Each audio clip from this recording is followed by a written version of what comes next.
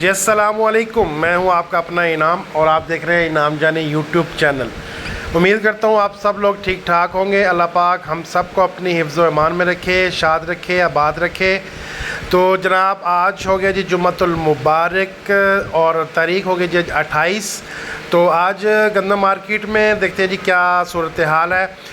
Market मजबूत है जी। तो आज इलाके में जो है इलाका तकरीबन 2820 25 रुपये में लोड हो रहा है जी इलाका गंदम। और जो गला मंडी में है जी तकरीबन जो मिल्क क्वालिटी माल है जी वो भी 2800 और जो खाने वाला चक्की क्वालिटी माल है जी वो तकरीबन 2850 रुपये। और जो बहुत वीआईपी साफ़ सुथरा माल है ये 2870 रुपये 65 रुपये 70 रुपये तक काम हो रहा है जी गला मंडी में आज काम का।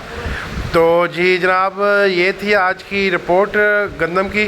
तो उम्मीद करता हूँ आपको आज की वीडियो पसंद आई होगी।